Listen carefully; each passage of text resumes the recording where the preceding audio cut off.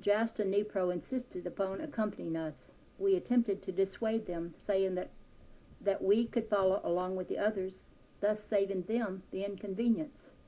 They were unyielding and stayed with us, saying that it was absolutely no inconvenience to them. The subject of conversation and thought during the 4 days it took us to join those that had crossed was the remarkable things we had seen accomplished during the short time we had been with these wonderful people. The second day the company was toiling up the steep side of a mountain with the hot sun pouring down upon us, when our chief, who had said but little during the last 2 days, suddenly remarked, "Boys, why is it that man is obliged to crawl and grovel over this earth?" We answered in course that he had voiced our thoughts exactly.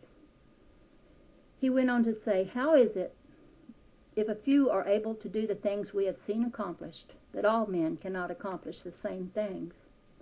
How is it that man is content to crawl, and not only content to crawl, but is obliged to do so?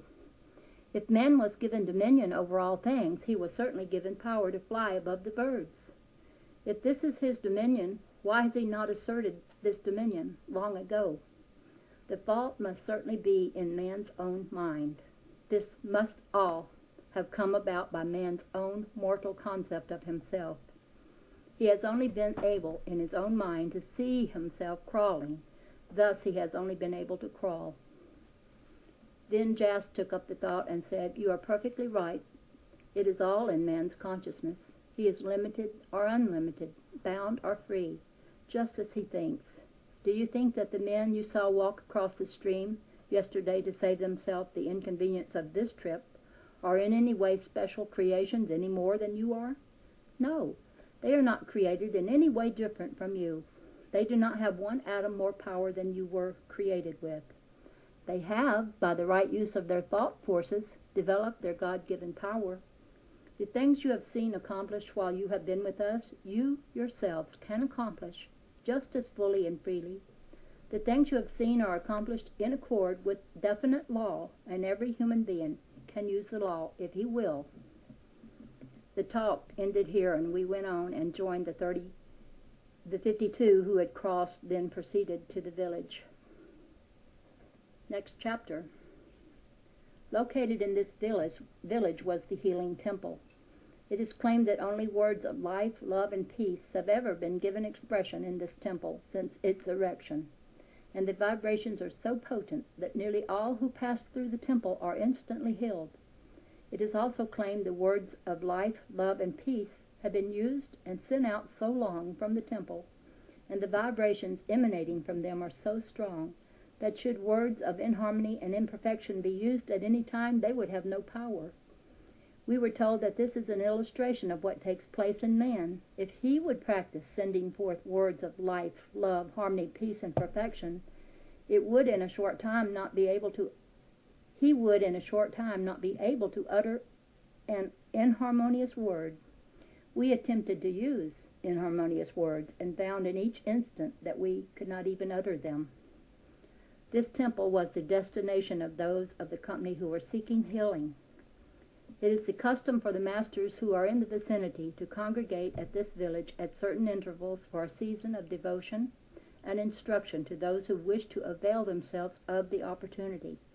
The temple is dedicated entirely to healing and is open to the people at all times. As it is not always possible for the people to reach the masters encourage the people to go to the temple for healing. This is the reason they do not heal those that congregate for the pilgrimages. They accompany the pilgrims to show the people that they are no different than themselves, that all have the same God-given power within. I suspect that when they crossed the river that morning, they did it to show that they could rise above any emergency, and that we should also rise above any emergency. In places not accessible to this temple, all who came to the masters for help are greatly benefited. Of course, there are the curious and those who do not believe, that do not seem to receive any help. We witnessed a number of assemblages of from 200 to 2,000 people, and all those desiring healing were healed. A great many told us they were healed by declaring silently that they desired to be made whole. We had the opportunity to observe a large number of those healed at different times, and we found that about 90% of these healings were permanent, while all the healings in the temple seemed to be permanent. It was explained that the temple is a concrete thing located in one place representing the God-Center, the Christ in the individual, just as all churches should typify this God or Christ Center in the individual, and that it is always accessible to those desiring to go there. They could go to the temple as often as they chose, and stay as long as they wished. The ideal is thus formed in the minds of those who come to it, and the ideal becomes fixed in mind. Hemal said, right here comes the suggestion that has led to the idolatry of the past. Men sought to grave in wood or stone, gold, silver, or brass, the image of that which they idealized. But any idol can only imperfectly picture the ideal. The image, the idol is no sooner formed than men became conscious that the ideal surpasses the idol, and they are shown that they must gaze upon love and idealize for themselves that which they wish to bring forth from the within, instead of graving any idol in outer form of the ideal they would express. A later form of idolatry is to idealize the personality of the one who expresses our ideal. We should idealize the ideal which he expresses, and not the personality which expresses it. This is true even of so great a person as Jesus. Thus Jesus chose to go away when he saw the people were idealizing his personality, instead of the ideal which he represented.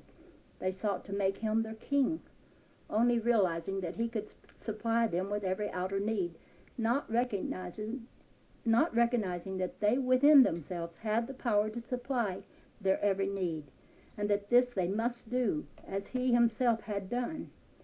He said, "It is expedient that I go away, for if I do not go, the Comforter will not come," meaning that as long as they looked to his personality, they would not recognize their own powers, for they must look within their very selves. Another may teach or tell you, but you of yourself must do the work. For if you look to another, you build the idol instead of bringing forth the ideal. We witnessed wonderful healings. Some sufferers only walked through the temple and were healed. Others spent considerable time there. At no time did we see anyone officiate, as the vibrations of the spoken word were so potent that all who came within the influence were benefited. We saw one man who was suffering from ossification carried into the temple and completely healed. Inside an hour he walked, completely restored. A little child with withered limbs and distorted body was instantly healed and walked out of the temple. Cases of leprosy, blindness, deafness, and many other diseases were cured instantly. In fact, all who went into the temple were healed. We had the opportunity to observe at intervals 2 to 3 years afterwards a number of those that were healed at this time, and the healing was permanent.